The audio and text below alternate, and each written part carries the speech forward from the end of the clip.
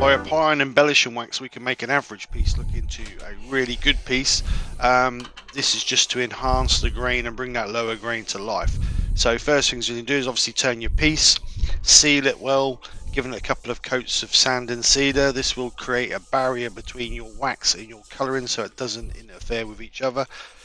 Then the next stage is to get your chosen colour embellishing wax, apply it liberally all over the piece, making sure you really work it into the grain. The idea is the embellishing wax is we're filling up that lower part of the grain and then for enhancing the grain, just to bring that piece alive. We're actually not covering it, we're enhancing it. So as you can see, I'm applying the embellishing wax by rubbing it all over the piece, making sure I've got it really well worked into that lower grain.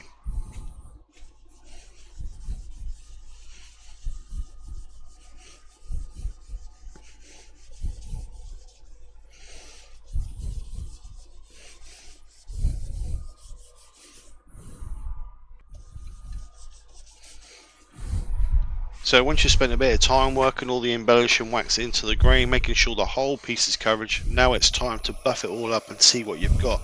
So we're going to bring back a piece of clean tissue, gently applying pressure while we go over the top of it. First stage is just basically removing the excess embellishing wax that we don't need, and we're taking it back so all what's left is what's left in the lower grain. After that you can go back and just again apply gentle pressure on it and just gently buff it up. Don't apply too much pressure. If you're creating heat, you're applying too much pressure, and if you apply too much pressure you could damage the look of your piece, and we don't want that. After spending so much time colouring it, waxing it, getting a nice finish on it, we want to try and get it the best we can get it. So gently apply pressure and just clean off that wax, and as you can see, the difference between the non-wax and the wax piece looks so different. That lower grain just comes alive and makes it look so much better.